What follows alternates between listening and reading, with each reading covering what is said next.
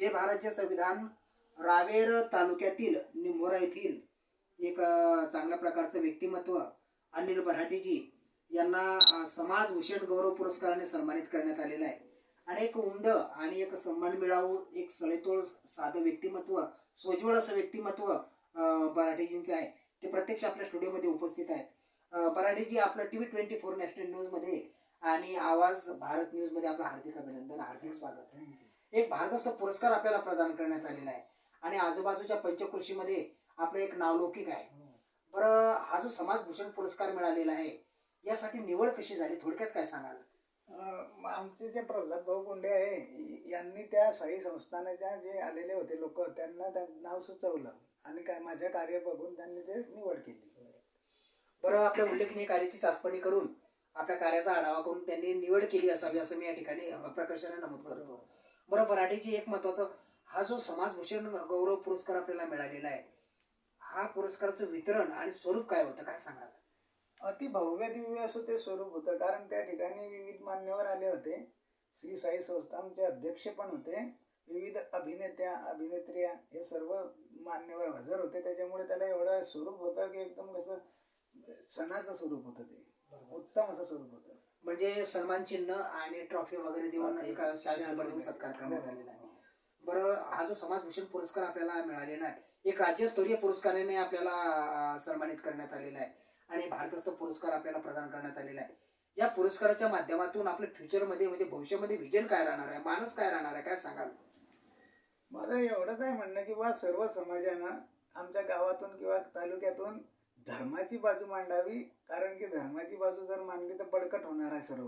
कारण येणारं फ्युचर जे आहे ते फार अति कठीण असल्या कारणानं पांडुरंगाशिवाय तरण उपाय नाही, कारण की नामस्मरण हे अति महत्त्वाचं असल्या कारणामुळे या क्षेत्रातूनच आपण पुढे जायचं आणि कायमस्वरूपी हेच कार्य करत राहायचं असं माझं म्हणत आहे.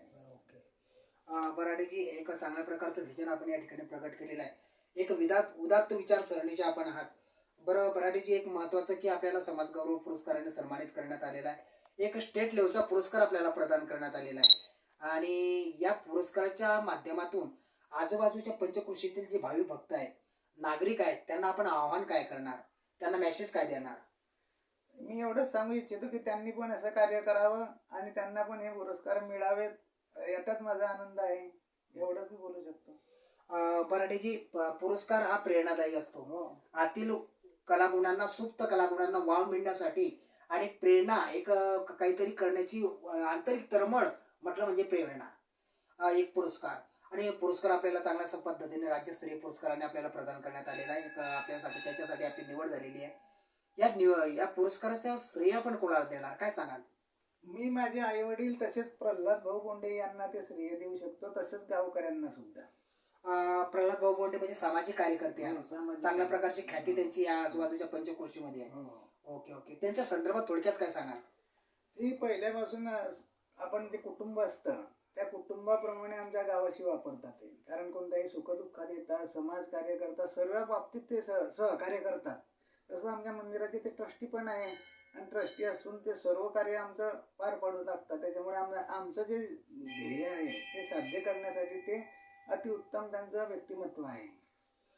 हे होते अनिल बऱ्हाटेजी, निंभोरा येथील रहिवासी आहे आणि एक ते राम मंदिर निंभोरा येथील ट्रस्टी आहेत. एक चांगल्या प्रकारे निस्वार्थ सेवा करत असतात आणि जवळपास त्यांना सेवा करण्यासाठी, या मंदिराची सेवा करण्यासाठी 18 ते 19 वर्ष झाले आणि त्यांना या ठिकाणी त्यांनी त्यांची भावना या ठिकाणी प्रकट केलेली आहे. एक चांगल्या पद्धतीने दिलखुलास त्यांनी आपल्याशी चर्चा केलेली आहे. आपल्या TV24 नॅशनल न्यूज आणि आवाज भारत न्यूज तर्फे त्यांच्या पुढील भावी वाटचालीस हार्दिक शुभेच्छा. Jogilal Surwade, TV24 national news, आवाज भारत न्यूज.